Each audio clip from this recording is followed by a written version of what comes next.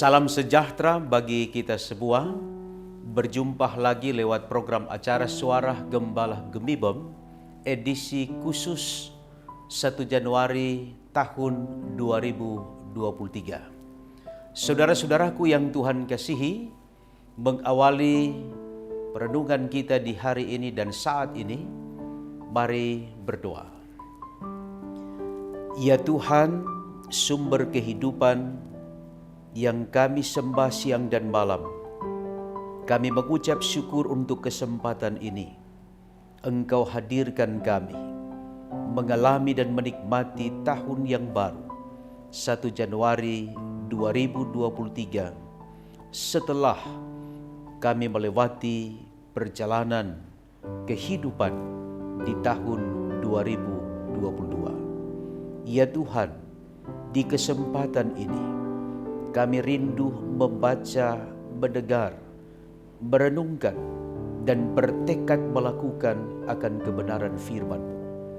Karena itu kami memohon Roh Kudus menuntun kami.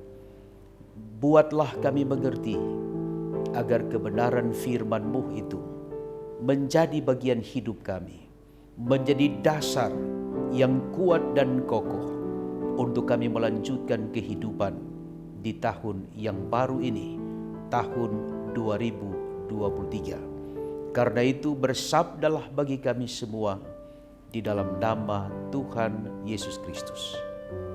Amin.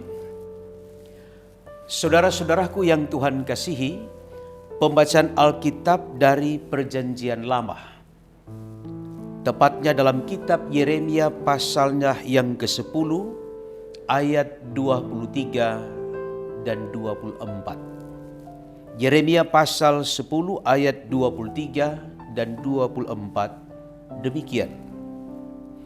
Aku tahu ya Tuhan, bahwa manusia tidak berkuasa untuk menentukan jalannya, dan orang yang berjalan tidak berkuasa untuk menetapkan langkahnya.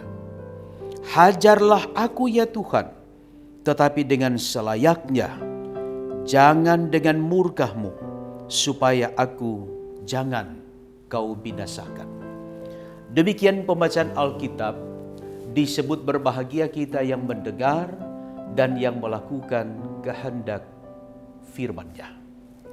Saudara-saudaraku yang Tuhan kasihi, tema kita di hari ini di tahun yang baru, sebagaimana bacaan yang telah kita bacakan tadi, yakni tiap langkahku diatur oleh Tuhan. Saudara-saudara, perjalanan hidup manusia di tengah dunia ini adalah sebuah persiarahan yang tanpa diketahui akan berakhir dan berhenti kapan dan di mana. Dengan kata lain, hidup itu adalah hal yang misteri, dan di dalam diri manusia tidak satu pun yang memiliki otoritas untuk menentukan dan menetapkan jalan hidupnya sendiri. Sekalipun ada begitu banyak orang yang berspekulasi tentang masa depan manusia dengan berbagai prediksinya tentang apa yang akan terjadi terhadap seseorang di waktu-waktu yang akan datang. Termasuk di dalamnya orang-orang yang sudah percaya kepada Yesus Kristus, yang masih terjebak dengan berbagai ramalan dari orang-orang pintar. Artinya orang yang punya ilmu-ilmu tertentu. Padahal hidup di dalam kekristenan adalah hidup yang hanya bergantung dan tidak terlepas dari rancangan serta kehendak Allah. Hidup kekristenan harus dibuktikan dengan keyakinan yang sungguh-sungguh akan kebesaran Allah bagi masa depan milik kepunyaannya. Saudara-saudaraku, keyakinan itulah yang hendak diungkapkan oleh Nabi Yeremia pada saat ia menyaksikan pergumulan umat Yehuda dan Yerusalem ketika diizinkan Allah. Mereka harus berada di pembuangan di Babel akibat pelanggaran yang telah dilakukan oleh umat pilihannya, yang dimulai oleh para pemimpin Yehuda, yakni raja-raja, nabi-nabi, maupun para imam yang sudah tidak lagi mengindahkan peringatan dan petunjuk-petunjuk Tuhan, sebagaimana tertulis pada ayat 22 yang menyebut mereka sebagai gembala-gembala. Akibatnya, saudara-saudara, mereka semua berada pada satu keadaan yang sungguh-sungguh memprihatinkan. Mereka khawatir, cemas, dan dalam ketakutan yang amat sangat.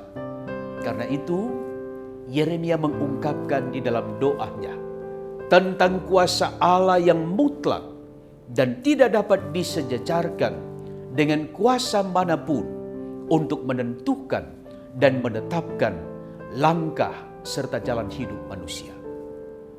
Pada saat yang sama, Yeremia memohon kepada Tuhan agar berkenan atas hidupnya dan umat yang dilayaninya untuk mendapatkan pengasihan Tuhan, sehingga sekalipun dihajar dengan murkanya, tapi tidak sampai dibinasakan olehnya.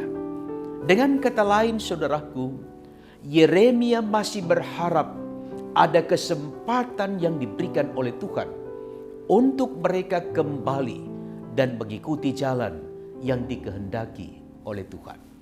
Saudara-saudara yang Tuhan kasihi, doa dan harapan Nabi Yeremia adalah bukti dari keyakinannya yang utuh tentang Tuhan yang diimaninya. Ia sungguh-sungguh percaya akan kemahakuasaan Tuhan yang mutlak dan yang menjamin hidup serta masa depan umat yang dikasihinya. Keyakinan Yeremia bahwa sekalipun murka Tuhan tetap dinyatakan bagi umatnya, tetapi cinta kasih-Nya tetap menyertai kehidupan mereka. Tuhan memiliki rancangan yang sempurna dan indah bagi setiap orang yang dengan sungguh-sungguh percaya kepadanya. Di tempat yang lain ada ungkapan sang pemazmur, tepatnya pada Mazmur pasal 16 ayat 11, bahwa Tuhan memberitahukan jalan kehidupan dan di dalamnya ada sukacita serta kenikmatan hidup senantiasa menyertai umat yang dikasihinya. Penyertaan Tuhan selalu ada di setiap musim kehidupan dan perjalanan hidup umatnya. Sebagaimana juga yang disampaikan oleh Yesus Kristus, bahwa aku menyertai kamu senantiasa sampai kepada akhir zaman. Matius 28 ayat 20b. Perkataan Yesus Kristus ini adalah sebuah jaminan yang pasti, sehingga setiap orang percaya selalu bergantung seutuhnya hanya kepada Dia yang telah menebus, menyelamatkan, dan dengan cinta kasih merangkul serta menuntun langkah-langkah hidup orang yang percaya kepadanya. Saudara-saudara, saat ini kita berada di tahun yang baru, tahun 2023. Di hari yang pertama, 1 Januari 2023. Kita telah membuka lembaran kehidupan yang baru. Dan tentu ada begitu banyak harapan yang ingin kita wujudkan. Sekalipun kita menyadari bahwa ada begitu banyak juga tantangan yang menghadang hidup beriman kita. Baik itu berkaitan dengan persekutuan, kesaksian, dan pelayanan gereja, maupun sebagai bagian dari masyarakat Indonesia yang tidak terlepas dari masyarakat global. Apalagi saudara-saudara, di tahun 2023 ini, sebagaimana analisa dan prediksi dari berbagai pihak, bahwa di tahun ini penduduk dunia akan berhadapan dengan kondisi ekonomi global yang semakin tidak menentu, sehingga akan terjadi resesi global yang berdampak pada kehidupan masyarakat dunia. Karena itu, sebagai orang yang percaya kepada Allah, kita memiliki keyakinan bahwa hidup dan masa depan manusia ada dalam rancangan dan kehendak-Nya. Dengan demikian saudaraku, kepada saudara termasuk saya di dalamnya, kita semua diingatkan yang pertama, untuk tidak terjebak dengan berbagai bentuk pelanggaran-pelanggaran, kesalahan-kesalahan yang pada akhirnya akan memisahkan kita dari rancangan yang telah ditetapkan oleh Tuhan. Yang kedua, kita pun diingatkan untuk tidak menganggap diri yang lebih kuat, lebih hebat dengan segala sesuatu yang ada pada kita, baik jabatan, kekayaan, dan segala sesuatu, karena semua itu hanyalah sementara. Dengan demikian, kita akan terhindar dari sikap diri yang melawan Allah. Yang ketiga, kita pun diingatkan untuk tidak terpengaruh dengan berbagai bentuk ramalan, prediksi dari berbagai pihak tentang apa yang akan terjadi dengan manusia di tahun ini, sehingga membuat kita menjadi apatis, bermasa bodoh. Tetapi saudara, pada saat yang sama, kita juga tetap harus waspada dan tetap siuman untuk mempersiapkan langkah-langkah antisipatif dan strategis untuk menjawab tantangan di tahun ini. Kita perlu mengelola dan mengembangkan potensi yang ada pada kita, baik pribadi, keluarga, jemaat, maupun masyarakat. Akhirnya saudara-saudaraku, yang kita butuhkan adalah percaya dengan sungguh-sungguh dan melakukan apa yang dikehendaki oleh-Nya. Niscaya langkah-langkah hidup kita akan diatur dan dipimpin oleh-Nya. Tuhan Yesus Kristus, Sang Penjamin dan Penentu kehidupan, dalam kuasa Roh Kudus, Dia pasti menolong dan memberkati kita semua. Kita percaya perjalanan hidup kini dan ke depan ada dalam rancangan-Nya, dan karena itu kita tetap terpusat kepada Allah di dalam Kristus untuk menghadapi dan mengatasi berbagai tantangan zaman ini. Terpujilah namanya. Amin. Saudara-saudaraku yang Tuhan kasihi, mari kita berdoa.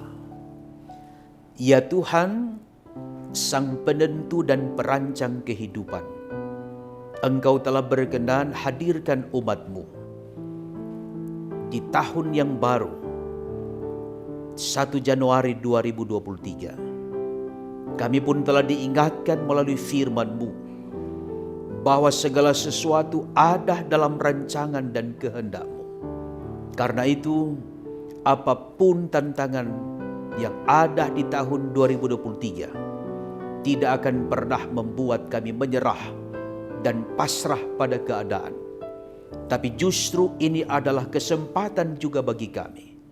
Sekalipun tahun ini adalah tahun yang penuh dengan misteri, tahun yang penuh dengan tantangan-tantangan kehidupan, tetapi iman kami, keyakinan kami, pengharapan kami hanya kepada Yesus Kristus yang berjanji tidak akan pernah tinggalkan dan biarkan kehidupan kami.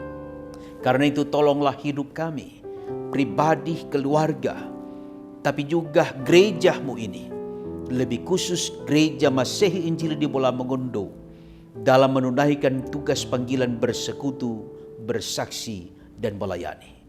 Diberkatilah kiranya segala sesuatu yang kami pikirkan, kami rancangkan untuk hal-hal yang berkenan kepada Tuhan, agar kesempatan demi kesempatan yang Tuhan beri dapat kami manfaatkan secara bertanggung jawab, sehingga melalui kehidupan kami nama Tuhan yang terus dimuliakan.